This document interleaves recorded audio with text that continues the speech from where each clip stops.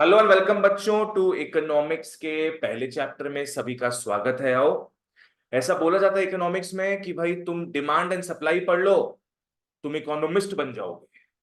ये दो चैप्टर करने से, ये दो चैप्टर का ज्ञान पाने से तुम क्या बन जाओगे? इकोनॉमिस्ट। ठीक है, देखो, इकोनॉमी में दो मेजर टाइप के लोग होते हैं। एक होता है प्रोड्यूसर्स, एक होता है कंज्यूमर्स। बनाने वाला कौन हो गया? प्रोड्यूसर्स। खाने वाला कौन हो गया? कंज्यूमर्स। क्लियर? ये दो मेन एंटिटीज है जिसका बात करेंगे। हर एक आदमी इन दोनों में से कुछ होता है। तुम लोग फिलहाल क्या हो अभी? कंज्यूमर। सब खाते पीते रहते हो मस्त एकदम। और हम इस बार क्या हो गए? प्रोड्यूसर। समझ में आ गया? नेक्स्ट, इकोनॉमिक्स में बात होता है कमोडिटी का। Have you heard of commodity पहले कभी? क्या होता है commodity? Goods and service. Commodity हो गया गैस। अपने एडीएनसी में गैस बोलते हैं इसको। क्या है गैस? Goods and services. तो कमोडिटी क्या हो गया? Gas, goods and services. ठीक है, तो प्रोड्यूसर क्या है? कमोडिटी बनाता है। कंज्यूमर क्या है? कमोडिटी। कंज्यूमर कमोडिटी खाता है, कंज्यूम करता है, यूज करता है। ठीक है ना? चलो ओके। तो सबसे पहले आज अपने डिमांड का बात करेंगे। Demand, we talk about demand. Demand बच्चों कंज्यूमर्स करता है। ठीक है ना? डिमांड किसके व्यू पॉइंट से होगा?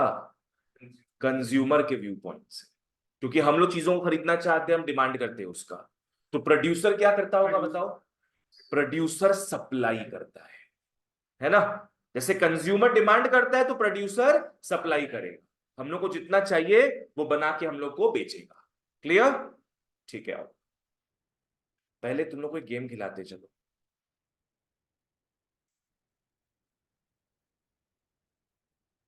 तुम लोग को पता है प्राइस से सेट कैसे होता है? कोई भी चीज का प्राइस सेट कैसे होता है? प्राइस मैकेनिज्म, बिल्कुल सही आर्यमन। प्राइस मैकेनिज्म क्या है? चलो मैं समझाता हूं। आज पकड़ लो, मेरे पास एक आइटम है जो मेरे को बेचना है 50 रुपए में। कितने में बेचना है? 50 रुपए में। कितना आइटम्स है? एक। I have only one unit. ठीक है, मेरे को बेचना है 50 रुपए में। हाँ, ये अभी मत लिखो, ये हम जब बता देंगे तब लिख लेना। ठीक है, अब पकड़ लो, मैं जब बाजार में इसको बेचने निकला, मेरे सामने 5 लोग खड़े हो गए कि भैया मुझे दो, मुझे दो, मुझे दो। कितने लोग आ गए बच्चों? 5 लोग। ये पांचों बोल रहे भैया मुझे आप दे दो, ये मैं खरीद लूंगा। तो बताओ डिमांड कितने का हो रहा है? 5 यूनिट्स का डिमांड हो रहा है ना? 5 लोग डिमांड क्रिएट कर रहे हैं, 5 यूनिट का डिमांड क्रिएट हो रहा है। पर सप्लाई कितना यूनिट्स का है? एक। मेरे पास एक ही है, सप्लाई 1 यूनिट का है। क्लियर? अब मेरे आएगा मुंह में पानी। क्यों? मेरे को 5 लोग दिख रहे हैं। अब मैं देखूंगा प्राइस बढ़ाया जाए, है ना? बिजनेस। मैं क्या करूंगा? 50 रुपया का 60 रुपया कर दूंगा। ठीक है, तो पकड़ लो, जो अफोर्ड नहीं कर सकते लोग, उन लोग हट जाएंगे। मान लो दूसरा और तीसरा व्यक्ति आउट हो गया, आई एम आउट। ठीक है, कितने लोग बचे? 3। तो डिमांड अब कितने यूनिट्स का हो रहा है? 3 यूनिट का हो रहा है। पर सप्लाई कितने का है? 1 यूनिट का। मेरे मुंह में पानी आएगा कि नहीं आएगा? वापस से मेरे मुंह में पानी आएगा। हम 70 रुपया कर देंगे। 70 रुपए में जो अफोर्ड नहीं कर सकते वो भी आउट हो जाएंगे। पकड़ लो, पहला और पांचवा व्यक्ति आउट हो गया। नहीं, मैं लालची हो गया हूं अब। कितना आदमी दिख रहा है सामने मेरे को? एक। सामान कितना है? एक। मैं उसके साथ खिलवाड़ करूंगा, मैं इसको बढ़ाऊंगा प्राइस। वो चला गया तो माझी इधर आइए, माझी रिटर्न आइए। सॉरी, मैं इसको 70 में नहीं बेचूंगा, मैं इसके साथ रिस्क लूंगा। अरे 100 बाबू, वो छोड़ के निकल जाएगा पूरा। तो मैं इसका 80 रुपया कर दूंगा। फिर अगर वो भाग जाए तो मैं डिसीजन रिवर्ट करके कहां जाऊंगा? 70 रुपए में कि माँ जी अरे कहां जा रहे हैं, रिटर्न आइए, 70 रुपया में आप खरीद लीजिए इसको। समझ में आ गया? तो मेरे को बेचना कितने में था? 50 में। पर मेरे हाथ तो बिका कितना में है? 70 रुपए। ये अगर हम लोग उसको पहले 70 बोल चुके तो वापस अगर 80 बोलेंगे तो क्यों क्यों खरीदेगा वो? हाँ इसलिए तो फिर वापस से खरीदेगा। वो लॉजिकल चीज तुम बोल रहा है, पर ऐसी बिजनेस करते हैं लोग सब, थोड़ा रिस्क लेते हैं। पता है कस्टमर तो रेडी है, 70 में तो रेडी है ही, 80 का चलो रिस्क लेके देखते हैं एक बार, है ना। इस प्राइस को अपने बोलते हैं समझौते वाला प्राइस। कौन सा प्राइस बोलते हैं? समझौते वाला प्राइस। इकोनॉमिक्स के लैंग्वेज में बोलते हैं इसको इक्विलिब्रियम प्राइस। इक्विलिब्रियम प्राइस, तुम लोग जो भी सामान खरीदता है ना, जिस प्राइस में खरीदता है वो इक्विलिब्रियम प्राइस है। आज पकड़ लो पेप्सी तुम लोग 20 रुपया में खरीद रहा है, इसका मतलब यहां पे खरीदने वाला खुश है और यहां पे बेचने वाला भी खुश है। ये इक्विलिब्रियम प्राइस हो गया। यहां पे कौन सा दिख रहा है इक्विलिब्रियम प्राइस? 70 रुपीज। यहां पे सेलर भी खुश है और बायर भी खुश है। समझ में आया? हाँ, बेटिंग बोली सर। वो बोली, अच्छा वो ऑक्शन नहीं, वो सब नहीं होगा इसमें। समझ में आया क्या है? प्राइसेस सेट कैसे होगा? डिमांड एंड सप्लाई के थ्रू होगा। समझ में आ रहा है? डिमांड एंड सप्लाई के थ्रू। और इस मैकेनिज्म को बोलते हैं अपने प्राइस मैकेनिज्म। बोलो what do we call this? Price mechanism. Price mechanism में क्या होता है? Prices are set through the forces of demand and supply. चलो वापस से आओ। Price mechanism is the situation where prices are set by the forces of demand and supply.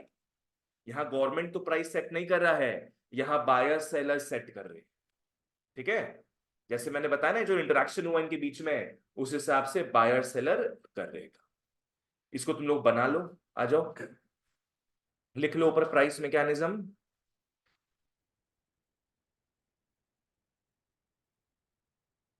एकदम मजे से अपने इको का शुरुआत करेंगे। सब कुछ क्लियर रहना चाहिए एकदम, बिकॉज तुम लोग के सिर्फ 10 में नहीं, 11 12 में भी इको आएगा।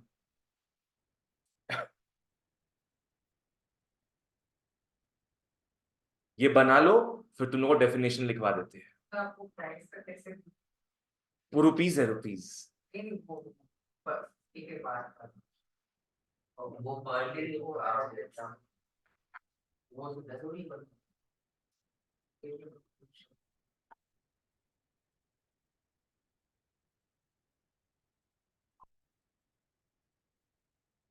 जयेश क्लियर है ये? बना लो गाइस फटाफट इसको।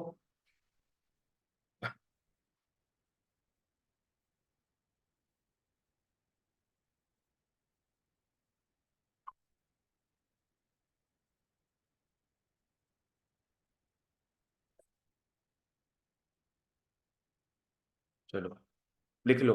Price mechanism refers to a situation in which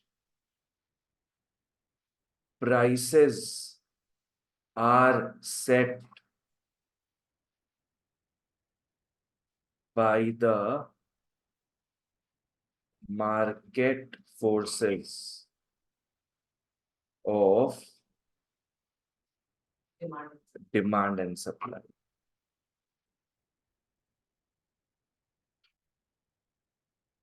ढंग से लिख लो सब।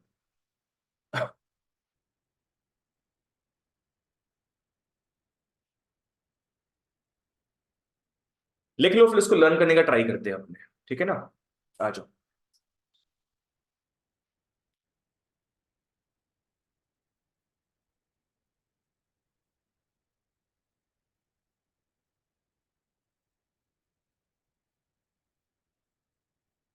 चलो आओ, सब बोलना मेरे साथ। क्या है price mechanism? refers to a situation in which prices are set by the forces of demand and supply। by the forces of demand and supply। ठीक है, चलो ओके, अब रिटर्न अपने आते हैं बुक में। हाँ, हम लोग इस चैप्टर में पढ़ेंगे theory of demand, next chapter में पढ़ेंगे थ्योरी ऑफ सप्लाई, अलग अलग करके पढ़ेंगे। और फिर नेक्स्ट अपने क्या करेंगे, दोनों को मिलाकर देखेंगे कि प्राइसेस कैसे सेट हो रहे हैं। आ जाओ, कॉन्सेप्ट ऑफ डिमांड में आते हैं, ठीक है। चलो कॉपी निकालो तुम लोग वापस से, आओ बच्चों। वांट और डिमांड सेम होता है क्या? नहीं। वांट और डिमांड सेम नहीं होता है। देखो नॉर्मल बोलचाल में इको तुम लोग नहीं पढ़ा हुआ होता तो तुम लोग बोलता कि want and demand are all the same, but अब यू आर बिकमिंग एजुकेटेड, याद रखो वांट डिमांड सेम नहीं होगा। आज पकड़ लो, एक बेगर है, बेगर रात को सो रहा था और सोचा मेरा शादी कटरीना से हो जाए, ये उसका वांट है। एक तुच्छ सा ख्याल उसको आता है, सलमान, सलमान उसको मारेगा, हाँ। एक तुच्छ सा ख्याल, एक तुच्छ सा ख्याल तुमको आ रहा है, वो क्या हो जाएगा? वांट। तुम्हारे पास पैसा है नहीं है उससे मतलब नहीं होगा अभी। तुम्हारे को एक तुच्छ सा डिजायर आया है, क्या बोलेंगे उसको? वांट बोलेंगे। बेगर को मन किया कि उसको पेरिस जाना है, क्या हो गया ये? वांट हो गया। वांट जेब नहीं देखता है, वांट तुम्हारे पास पैसा है, तुम्हारे पास परचेजिंग पावर है, उसको नहीं देखता है। सपना तो कोई भी देख सकता है ना। वो डिमांड में कब कन्वर्ट होता है? जब तुम्हारे पास रोकड़ा आता है, तुम्हारे पास परचेजिंग पावर आता है, रुपया आता है, ठीक है ना। तो वांट से एक कदम आगे है डिमांड। अगर वांट के साथ तुमको क्या मिल जाए? परचेजिंग पावर मिल जाए, तुमको क्या मिल जाए? पैसा मिल जाए, तब क्या बन जाएगा? वो डिमांड बन जाएगा। आओ कॉपी में लिख लो, वांट का मतलब, वांट और डिजायर एक चीज हो जाए। वांट का मतलब लिख लो डिजायर, या फिर a mere wish to possess something.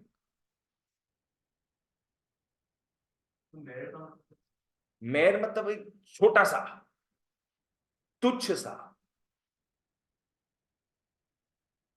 Want का सीधा मतलब क्या हो गया? Desire. A mere wish to possess something. ना अपने अपना जेब देखे, ना शक्ल सूरत देखे, कटरीना मेरी हो जाएगी ऐसा थोड़ी ना है। विक्की कौशल की है अभी तो फिलहाल। कुर्सी अभी कोई पकड़ के रखा है, कुर्सी से निकालना पड़ेगा उसको पहले। एग्जाम्पल में आओ, लिख लो अ बेगर, अ बेगर wants to go to Paris। Eiffel tower के सामने सेल्फी लेगा, उसको ये पता नहीं कलकत्ता में इको पार्क में है।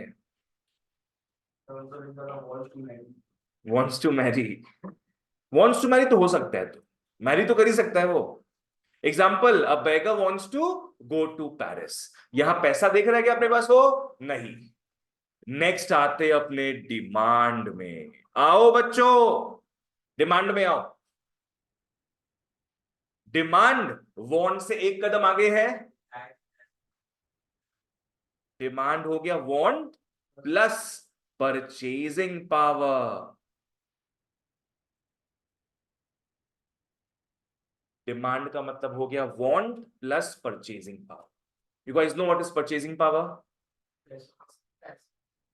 खरीदने का औकात। समझ में आ रहा है? परचेजिंग पावर क्या हो गया? खरीदने का औकात। That is your purchasing power. पैसा ही बोल लो, बट इट एक्चुअली मीन्स खरीदने का औकात। तो डिमांड वांट से एक कदम ज्यादा है, पैसा आ गया तो तुम वांट को क्या है? एक्चुअल में कन्वर्ट कर सकते हो, रियलिटी में कन्वर्ट कर सकते हो। एग्जाम्पल में बोलो भैया, बेगर का ये वांट को कैसे डिमांड में कन्वर्ट करेंगे? लॉटरी जिता देते, बिल्कुल सही। 2 लाख का लॉटरी जिता देते उसको, गैम्बलिंग। ठीक है, आओ। बोलेगा लो 10 रुपया लो। ऐसे जब तक मर जाएगा ना तब तक भी पेरिस नहीं जा पाएगा वो। 10 का 20, 20 का 30 करेगा तब बगैर। A beggar gets a lottery of ₹2 lakh A beggar gets a lottery of rupees 2 lakh and wants to go to Paris.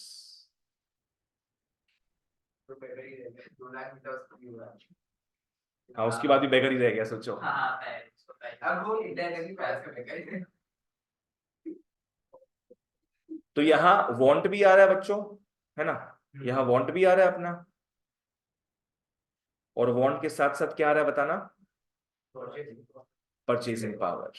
Purchasing power भी आ गया, है ना, वांट आ गया, परचेजिंग पावर आ गया। क्लियर है ये? चलो अब अपने डिमांड का सबसे मेन डेफिनेशन देखेंगे, सबसे मेन डेफिनेशन। आओ लिख लो।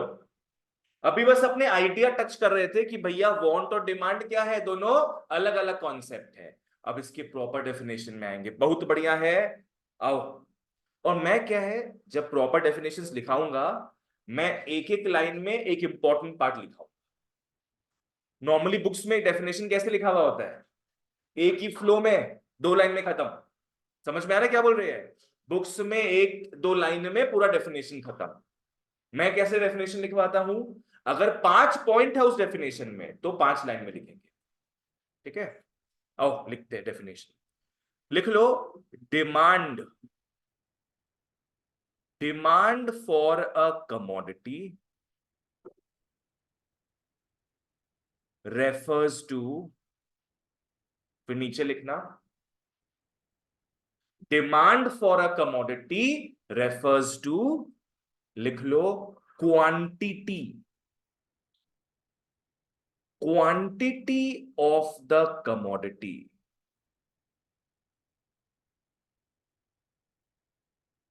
Demand for a commodity refers to quantity of the commodity that a consumer, हाँ नेक्स्ट पॉइंट, हम जैसे जैसे लिखा रहे वैसे लिखो सब, that a consumer is willing and able to buy।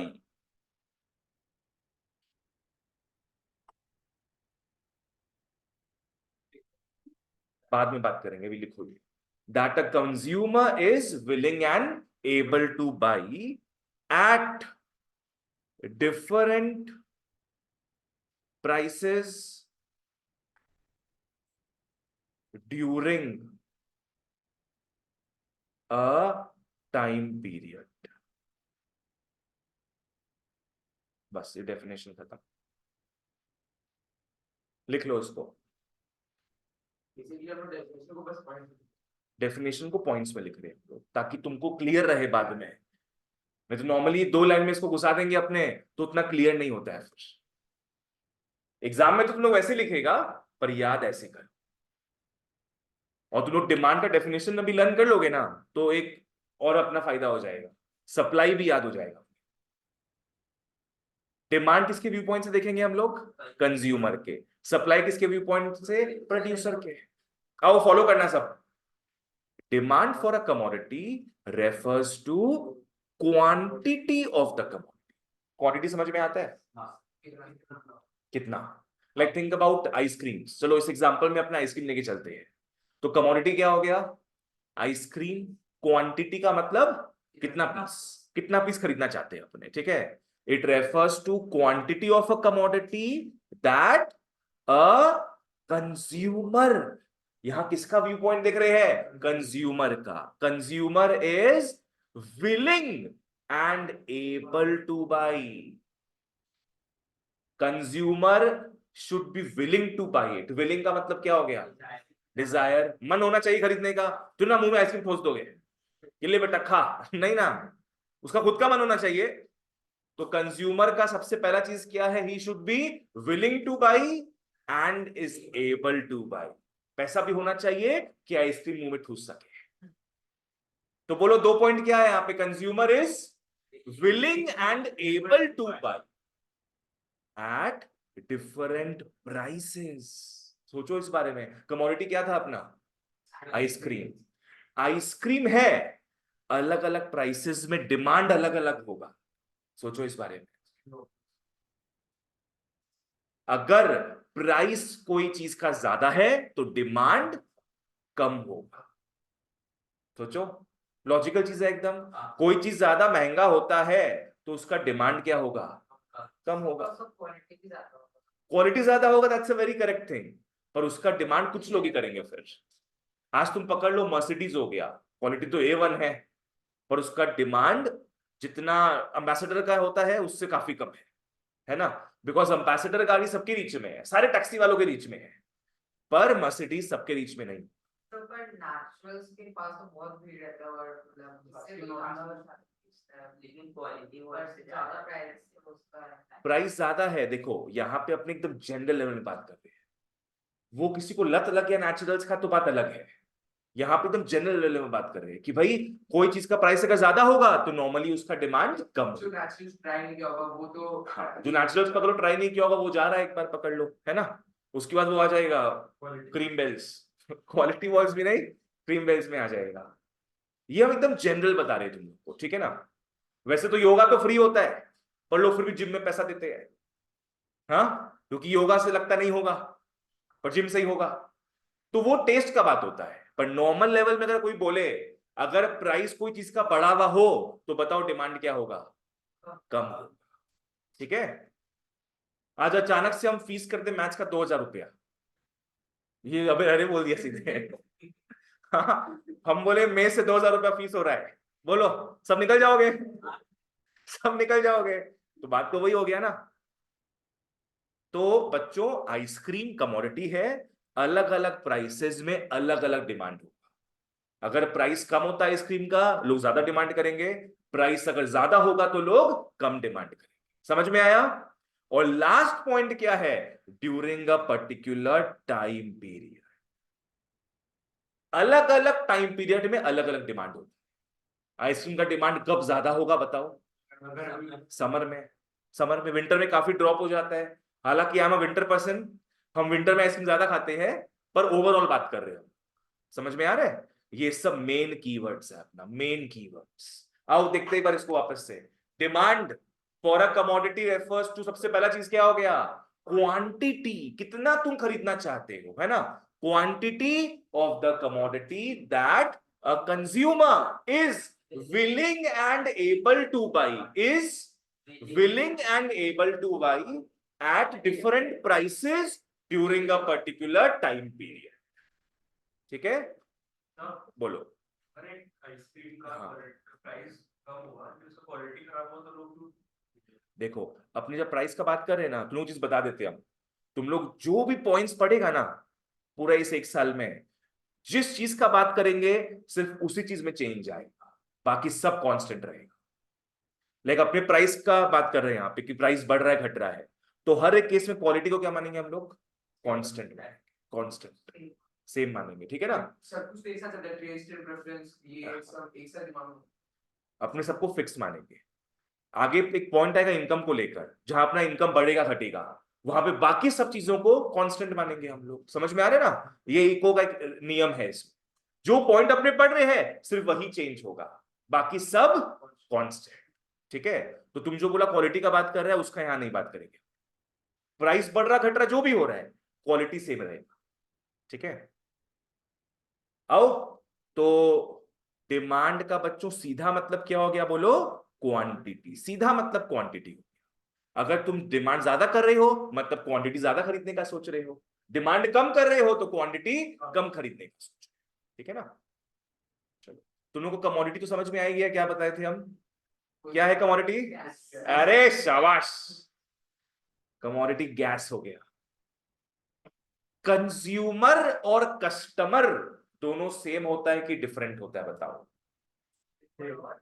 Consumer और कस्टमर डिफरेंट होता है? नहीं सेम होता है? डिफरेंट होता है? कैसे डिफरेंट होता है? कस्टमर को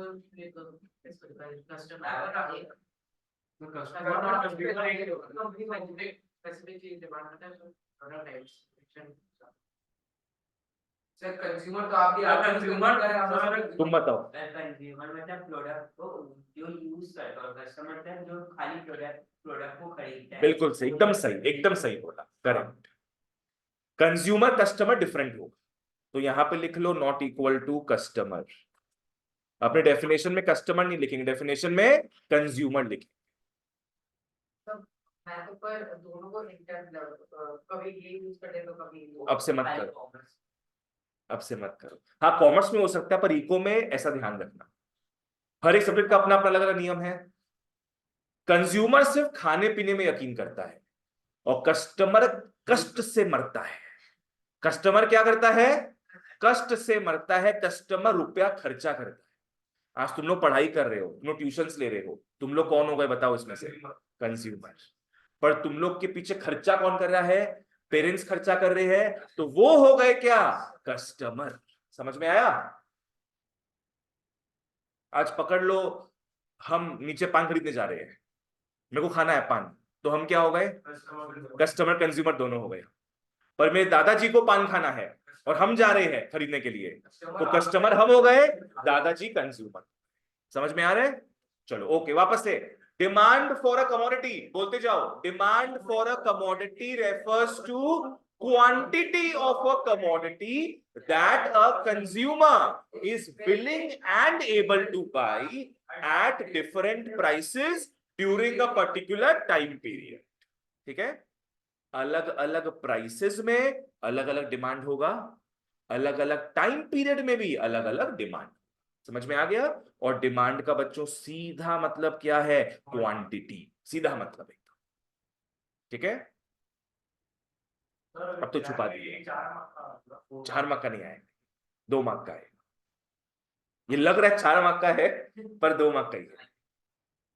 चलो वापस से एक बार आओ, कोई कॉपी मत देखना। Demand for a commodity refers to quantity of a commodity that a consumer is willing and able to buy at different prices during a particular time period. ठीक है? क्लियर था यहां तक? आ जाओ। ओके ओके, आओ, come back to your material, come back to your book guys. Book में आ जाओ, अपने करेंगे, आधी घंटा में होगा। ठीक है? 7:30 बजे स्टार्ट हुआ था ना? कॉमर्स की बात साथ में नहीं हो पाता तुम लोग का ना, 2-2 क्लास साथ में नहीं हो पाता है।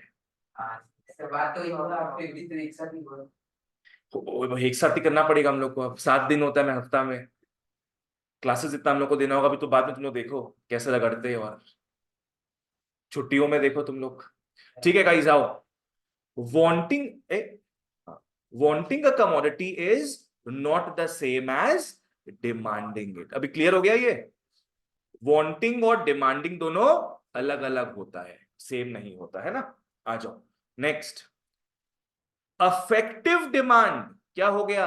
Dzire plus purchasing power.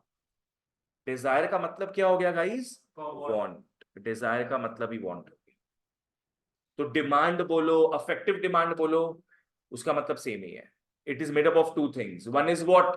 Want, plus the other thing is purchasing power. ठीक है?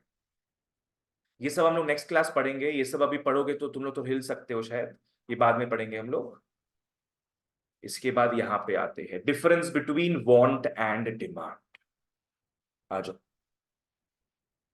मैंने आप लोग को सब क्लियर कर दिया, यहां जो भी लिखा हुआ है मैंने सब क्लियर कर दिया है, वो कि वांट क्या होता है, डिमांड क्या होता है। एक बार वापस से आओ, चलो बोलो, डिमांड क्या होता है? Demand refers to quantity of the commodity that a consumer is willing and able to buy at different prices during a particular time period.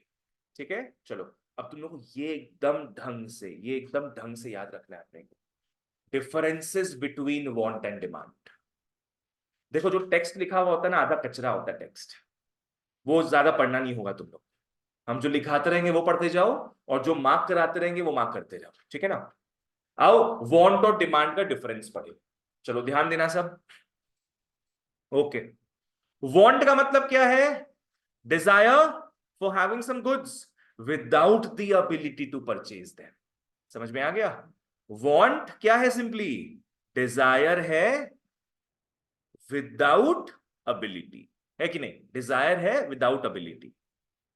Demand भी डिजायर है, विलिंगनेस है, but backed by purchasing power, है कि नहीं? Demand is willingness, demand is want, but it is with purchasing power. Next आओ. Want can not be communicated to the sellers through price mechanism. Want cannot be communicated to the sellers. Of course, it cannot be communicated. Sellers want का कुछ नहीं करेगा, sellers demand का कुछ करेगा.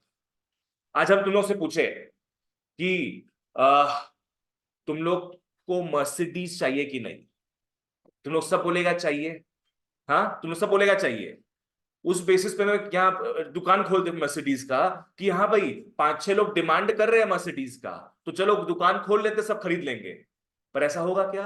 नहीं, because तुम लोग डिमांड नहीं कर रहा था, तुम लोग क्या वांट कर रहा था. तो want can not be communicated to the sellers. नहीं तो बेटा दुकान खोलेगा और एक मर्सिडीज नहीं बिका. What will be communicated to the sellers? Demand. ठीक है, demand can be communicated to the sellers. आज मतलब जिनके पास पैसा है खरीदने का, उनसे पूछे, वो बोले वो डिमांड कर रहे हैं, सेलर्स दुकान खोलेगा बैठ के. प्रणय समझ में आया क्या बोले? नेक्स्ट आओ. वांट में want has no relation with actual purchase of a commodity. बोलो है कि नहीं? Want has no relation with actual purchase of a commodity. तुम वांट तो बहुत सारी चीजों का कर सकते हो, पर तुम नेसेसरीली उसको खरीद रहे हो क्या? नहीं खरीद रहे हो. पर अगर तुम डिमांड कर रहे हो, मतलब यू हैव द रोकड़ा, तुम खरीद रहे हो. Demand has a relation with actual purchase of the commodity. Aryaman clear है? चलो नेक्स्ट आओ. Want is ex ante demand and demand is ex post demand. इसका मतलब पता है तुम लोग को? एक्स आंटे डिमांड और एक्स पोस्ट डिमांड. बिल्कुल सही. एक्स आंटे होता है प्लान्ड डिमांड और एक्स पोस्ट होता है एक्चुअल डिमांड. एक्स आंटे और एक्स पोस्ट, ये पूछ रहा है क्या तुम? एक्स आंटे का मतलब हो गया प्लान्ड, प्लान्ड डिमांड. ये डिजायर है. क्या आपने खरीद लिए क्या अभी तक? नहीं. वांट अपने खरीद ही नहीं पाते, पर डिमांड इज एक्चुअल डिमांड, वो अपने खरीदने योग्य है. Like think about this. पकड़ लो, कोरोना के समय घर वाले मेरे को बोलते थे 2 किलो आलू ले आ. क्या बोलते थे मेरे को? 2 किलो आलू लाने के लिए बोलते थे. तो वो 2 किलो आलू लाने बोल रहे हैं मेरे को, क्या है वो? एक्स आंटे डिमांड की ex post demand? Ex ante planned है. अभी तक खरीद लिए क्या हम? अभी तक नहीं खरीदे. वो सोचे अंदर मन में। हाँ, मन में है, सोचे है, प्लानिंग किए है कि भाई 2 किलो आलू खरीदना है. तो ये क्या हो गया? समझना इस चीज को. मेरे को घर वाले क्या बोले? 2 किलो आलू लाने के लिए. क्या मैं खरीद के ले आया क्या? नहीं, बस प्लानिंग हो रहा है. तो ये क्या हो जाएगा? Ex ante demand. अब मैं बाजार गया, वहां बेटा 350 ग्राम ही बचा हुआ था. आलू कितना बचा हुआ था? 350 ग्राम. तो एक्चुअल में मैं कितना खरीद रहा हूं? 350 ग्राम. 350 का डिमांड फुलफिल हो गया, बाकी का यस. तो 350 ग्राम जो मैं खरीद रहा हूं आलू, वो कौन सा डिमांड होगा? X post demand.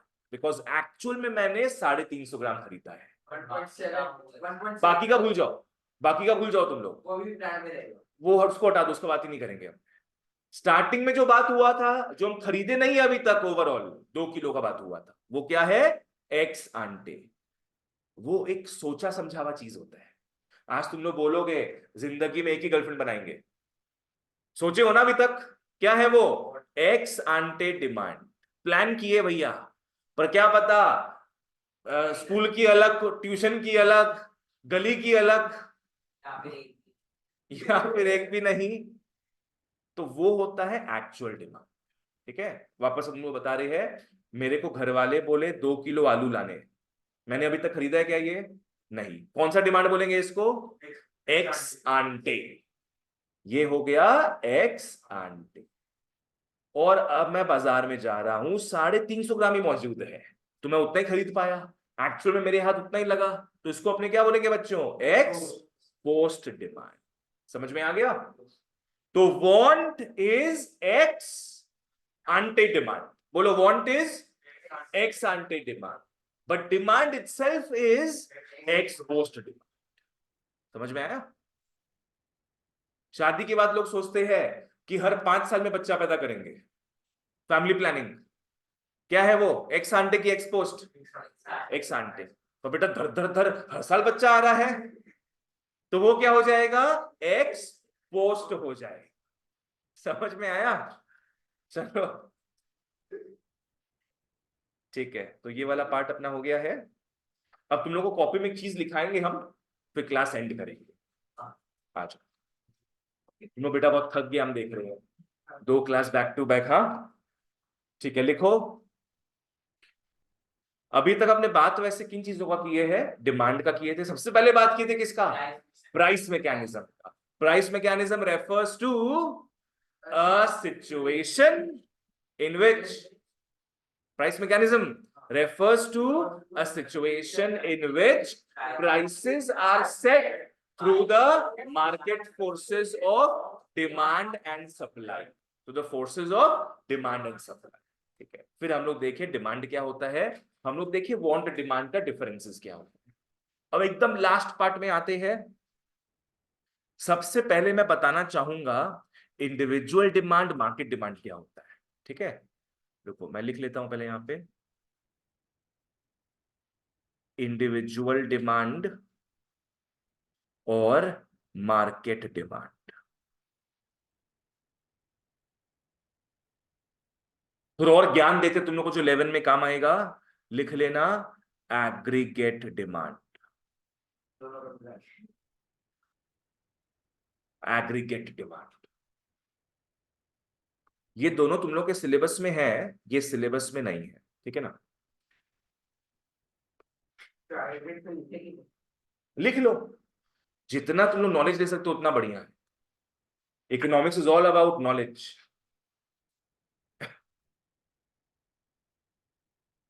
Individual demand, market demand, aggregate demand. Individual demand का मतलब हो गया एक आदमी जो डिमांड कर रहा है, एक आदमी डिमांड कर रहा है एक कमोडिटी का। समझो इस चीज को, कितने आदमी डिमांड कर रहे हैं? एक आदमी डिमांड कर रहा है। कितने कमोडिटीज का डिमांड हो रहा है? एक कमोडिटी का। तो यहां पे लिख लो one individual plus one commodity. One individual plus one commodity को अपने क्या बोलेंगे? Individual demand. ठीक है, से फॉर एग्जाम्पल मेरे घर में रोज दूध का पैकेट आता है, 3 दूध का पैकेट आता है, बोलो उसको अपने इंडिविजुअल डिमांड बोलेंगे कि नहीं? हाँ बोलेंगे। तो वन कमोडिटी उसका अलग उसका क्वांटिटी, कमोडिटी तो वन ही है। एक दूध का, एक दूध मतलब दूध आ रहा है, that is one commodity. 3 packet आ रहे उससे मतलब नहीं है, कमोडिटी तो मिल्क ही है, वो क्वांटिटी हो गया उसका, है ना? क्या कमोडिटी ली है हम लोग? दूध। भूत सुना, दूध। एंड बच्चों एक फैमिली को यहां पे अपने इंडिविजुअल बोल सकते हैं, कोई प्रॉब्लम नहीं। हाउस होल्ड, ठीक है ना?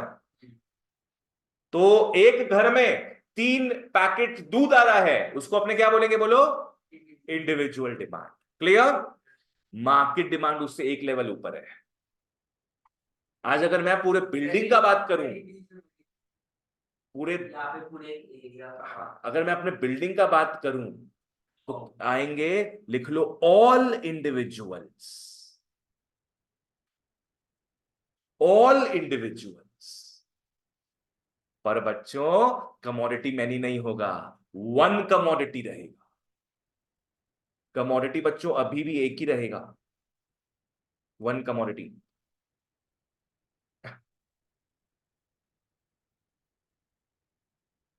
जैसे पकड़ लो मेरे बिल्डिंग में रोज आता है 50 लीटर दूध, तो उसको अपने क्या बोल सकते हैं, मार्केट डिमांड। कैसे, कमोडिटी अभी भी कितना है, एक ही है, दैट इज मिल्क, एंड लोग है अनेक, पूरा बिल्डिंग का बात कर रहे हैं।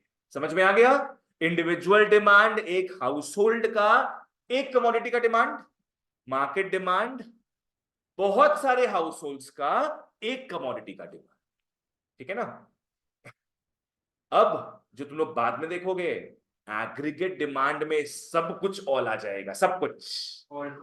हाँ, all individuals plus all commodities, all individuals plus all commodities. यहां अक्खा नेशन का बात होता है, पूरा नेशन का बात होता है। जैसे इंडिया का बात कर लो, इंडिया के ऑल इंडिविजुअल्स जो सारे चीजों का डिमांड कर रहे हैं, उसको मिला के अपने क्या बोलेंगे, एग्रीगेट डिमांड। वैसे ही पाकिस्तान के सारे लोग सारी चीजों का डिमांड कर रहे हैं, वहां का वो हो जाएगा aggregate demand.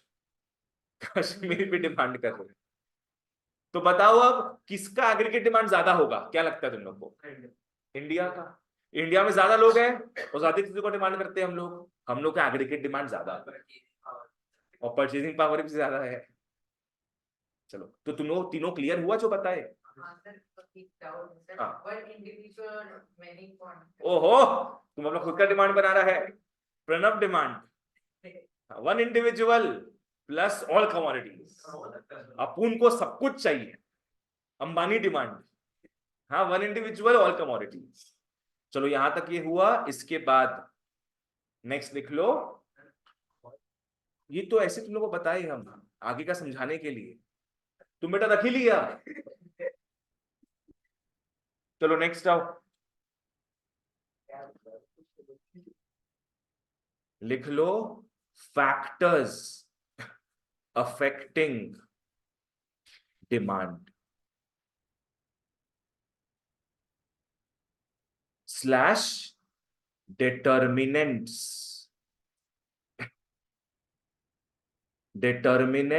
of demand। Factors affecting demand या फिर क्या बोलेंगे इसको, डिटर्मिनेंट्स ऑफ डिमांड।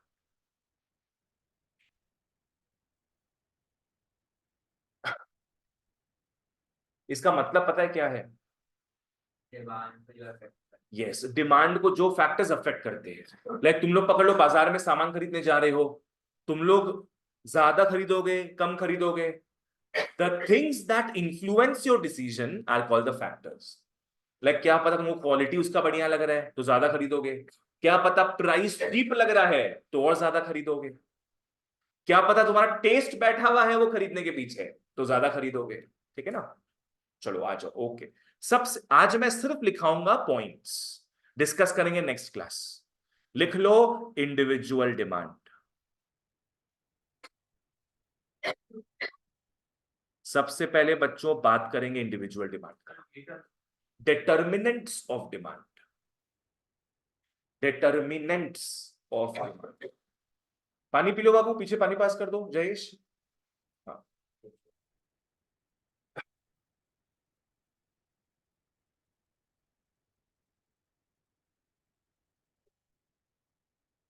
पियो पियो, पानी पी लो फटाफट। नहीं, पहले लिखा रहे हैं इंडिविजुअल डिमांड, तो अभी तो वही बोले ना, इंडिविजुअल डिमांड का देखेंगे हम लोग, उसके बाद हम लोग देखेंगे मार्केट डिमांड, है ना। फटाफट फटाफट गाइस, पानी गिरा दिया, ज्यादा गिरा है क्या, हाँ समझ आ रही है, ठीक है कोई बात नहीं। आराम से पियो। सबसे पहले आ जाओ, मेरे को बताओ, तुम लोग बाजार में जा रहे हो, सबसे पहला चीज क्या देखते हैं अपने खरीदने के पहले, प्राइस। यस, बाकी सारी बातें बाद में, प्राइस पहले देखेंगे हम लोग। लिख लो पी एक्स, पी एक्स का मतलब हो गया प्राइस ऑफ कमोडिटी, PX का मतलब हो गया प्राइस ऑफ कमोडिटी, जिसको तुम खरीदना चाहते हो, ठीक है ना। सेकंड आओ PR, PR सेकंड आओ PR, PR हो गया price of related commodities. PR का मतलब है प्राइस ऑफ रिलेटेड कमोडिटीज। फिर अपने को इन्फ्लुएंस करता है अपना इनकम, इनकम ज्यादा होगा ज्यादा खरीदोगे, इनकम कम होगा कम खरीदोगे। एक चीज मैं बता देता हूं, इनकम इकोनॉमिक्स में वाई से डिनोट करते हैं। किसे डिनोट करेंगे? वाई से। आई से क्यों नहीं करते? PY, PI नहीं, PY नहीं, P तो प्राइस होता है, आई से इन्वेस्टमेंट, आई से इन्वेस्टमेंट होता है, इसे अपने वाई से डिनोट करेंगे। तो लिख लो Y इज इक्वल टू क्या? इनकम ऑफ कमोडिटी, मत लिखना कोई, इनकम ऑफ कंज्यूमर। Y का मतलब है इनकम ऑफ कंज्यूमर। फोर्थ में आओ, हाँ सर, और ये देखिए M दिया है क्या इसमें? और ये देखिए वो सब चल जाएगा, वो सब प्रॉब्लम नहीं। तुम लोग वाई भी लिख सकते आराम से, इनफैक्ट वाई लिख के चलो, कोई प्रॉब्लम नहीं है, ठीक है ना। आओ नेक्स्ट लिख लो टी। टी का मतलब होता है टेस्ट्स एंड प्रेफरेंसेस।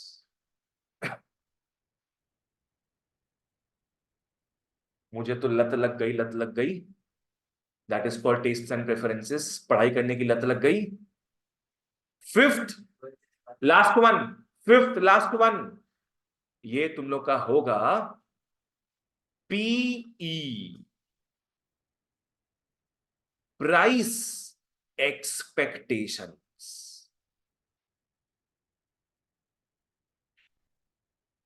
इन सब के बारे में नेक्स्ट क्लास जानोगे। आज तुम लोग को सारा पॉइंट्स दिखा दे रहे। इंडिविजुअल डिमांड लिखे, फिर मार्केट डिमांड लिखेंगे। और क्या क्या है तुम्हारा? बैंडवेगन इफेक्ट भी आ रहा है क्या? Consumer credit facilities, consumer credit facilities और डेवलपमेंट। तो बैंडवेगन इफेक्ट हो गया। हाँ ठीक है। बाकी हम लाइक जब हमने से पढ़ा था उसमें टाइप किया था इन लोग का, तो मेरे लाइक और भी थोड़ा चीजें थे नॉर्मल गुड्स वगैरह रिलेटेड में नॉर्मल। हाँ हाँ वो सब सब आएगा। बाबू रखने कौन बोला तुमको? तुम लोग कोई रखेगा नहीं मेरे से बिना बोले, हम जब तक नहीं बोलेंगे। मेरे को ये सब बदमाशी नहीं पसंद। आरुष तुम भी वैसे ही कर रहा था। हम मस्ती कर रहे, समझाने में मस्ती कर रहे, तो मारेंगे नहीं तो पकड़ के। हम मस्ती करते, हम समझाते वक्त, जब हम बोलेंगे तब रखोगे, बाकी कोई टाइम वेस्ट नहीं करेगा ऐसे। इंडिविजुअल डिमांड, 5 चीजें इन्फ्लुएंस करती इंडिविजुअल डिमांड को। सबसे पहला कमोडिटी का प्राइस, जिसको तुम खरीदना चाहते हो उसका price. Next price of related commodities, इसमें सब्स्टिट्यूट्स एंड कॉम्प्लीमेंट्स के बारे में जानेंगे नेक्स्ट क्लास। थर्ड आता है इनकम। बहुत बार क्या होता है ना कि जो सामान तुम खरीदने वाले होते हो उससे कम तुम्हारा इनकम होता है। एक जूता खरीदने का, स्नीकर्स 15,000 का जूता, इनकम ही 12,000 है महीना का, तो आदमी खरीदेगा क्या? नहीं खरीदेगा। क्रेडिट पे ले सकता है, पर बाबू उसका इनकम ही 12,000 है। समझ रहे तुम? 12,000 में उसको पूरा महीना चलाना है, तो या तो 50-60 रुपए की EMI में खरीदेगा फिर। तो पहला 3 चीज क्या हो गया? Price of commodity, price of related commodities, and then income of the consumer. Next आता है क्या? Test and preferences. नेक्स्ट आता है प्राइस एक्सपेक्टेशन, जिसका मतलब क्या है? फ्यूचर में प्राइस बढ़ने वाला है कि घटने वाला है। बच्चों अगर लॉजिकली सोचना, फ्यूचर में प्राइस अगर बढ़ने वाला होगा, अभी क्या करोगे? डिमांड बढ़ेगा, उनको ज्यादा फेमस है। हाँ अभी हम गोल्ड, अगर अपने को लग रहा है फ्यूचर में प्राइस बढ़ने वाला है तो अभी खरीद लो, और तब क्यों खरीदेंगे हम लोग? तो तुम पेट्रोल घर में दबा के रख लेगा पूरा। मतलब चलो एक रूम में पेट्रोल ही भर देते हैं पूरा। जैसे गोल्ड वगैरह हो गया, या कोई भी सामान वगैरह हो जाता है जो हम लोग को लग रहा है प्राइस बढ़ने वाला फ्यूचर। लैंड भी हो सकता है। और अगर लग रहा है फ्यूचर में प्राइस घटने वाला है, अभी खरीदोगे क्या? बाद में खरीदेंगे। लाइक पैंटालून्स का तो 50% ऑफ का सेल आता है, तो पहले मत खरीदो, जब सेल आएगा तब जाके खरीद लेना। सब तुम लोग को नेक्स्ट क्लास बताएंगे अच्छे से। अब लास्ट तुम लोग लिख लो मार्केट डिमांड। आ जाओ, नेक्स्ट लिख लो मार्केट डिमांड। कितना पॉइंट्स लिखे थे अपने फॉर इंडिविजुअल? 5। ठीक है, मार्केट डिमांड में आओ, लिख लो वाई बार। वाई बार का मतलब होता है डिस्ट्रीब्यूशन ऑफ इनकम। वाई बार का मतलब हो गया डिस्ट्रीब्यूशन ऑफ इनकम। अभी हम लोग बात करें मार्केट डिमांड का, अभी अपने बहुत लोगों का मिला के बात करें। डिस्ट्रीब्यूशन ऑफ इनकम का मतलब क्या हो गया? एक एरिया में अगर बहुत रिच लोग रहते हैं तो वहां का मार्केट डिमांड ज्यादा होगा कि कम? ज्यादा होगा। और एक एरिया में बहुत गरीब लोग रहते हैं, स्लम एरिया, तो वहां का मार्केट डिमांड बहुत कम होगा। अगर दूध का ही बात करें तो एक पॉश एरिया में दूध का डिमांड ज्यादा हो सकता है, घर में लोग पनीर बनाते होंगे। और एक स्लम एरिया में दूध का मार्केट डिमांड बहुत कम हो सकता है। तो इनकम क्या, डिस्ट्रीब्यूशन ऑफ इनकम भी बहुत मैटर करता है। ठीक है ना, कि कैसे इनकम डिस्ट्रीब्यूट हुआ है, कहां ज्यादा है कहां कम है। नेक्स्ट आओ, एच का मतलब लिख लेना तुम लोग size and composition of population. Bracket में लिखना डेमोग्राफिक इफेक्ट।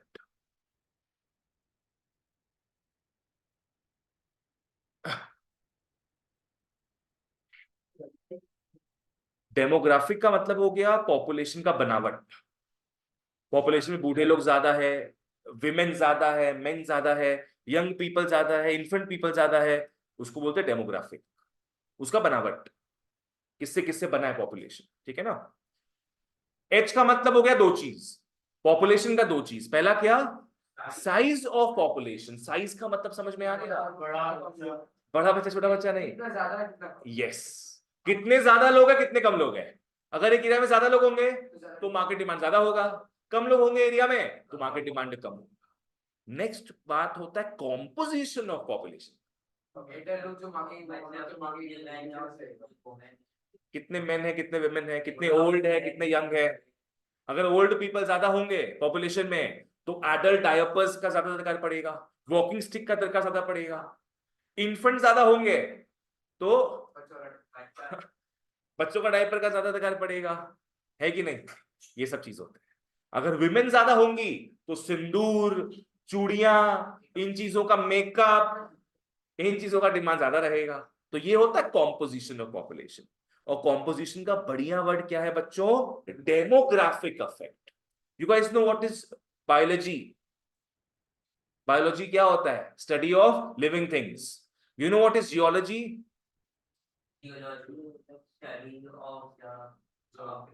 ऑफ द, तो पता ही था मेरे को। Of rocks, study of rocks, geology. Demography is the study of population. Demography is the study of population. Last एक आ जाओ, एस। एस का मतलब होता है सीजन एंड वेदर। एस का मतलब हो गया season and weather.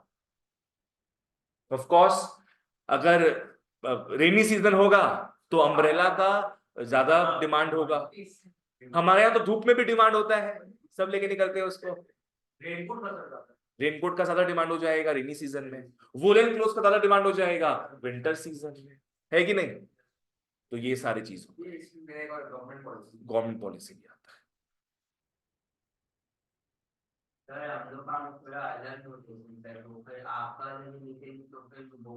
Full marks मिलेगा, फुल मार्क्स, कोई प्रॉब्लम नहीं, फुल मार्क्स। उसका मैं तो वही तुम बोल रहे ना ऐसे, Size and population, distribution of income, climate factors. समझ में आया क्या है ये सब? इसको 1 2 3 कर एक बार वापस से रिवाइज कर लेते हैं अपने। सबसे पहले आओ डिमांड का डेफिनेशन, आओ। Demand for a commodity refers to quantity of the commodity that a consumer willing and able to buy at different prices during a particular time period. During a particular time. Next, individual demand में कितने factors थे?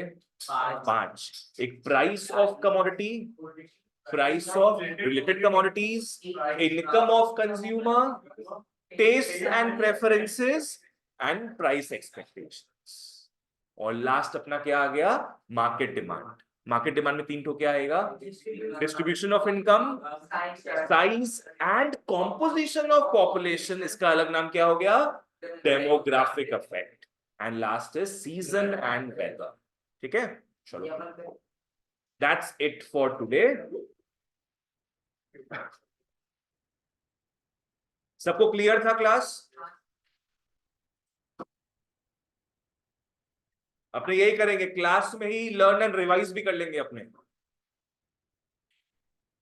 Bye guys, take care.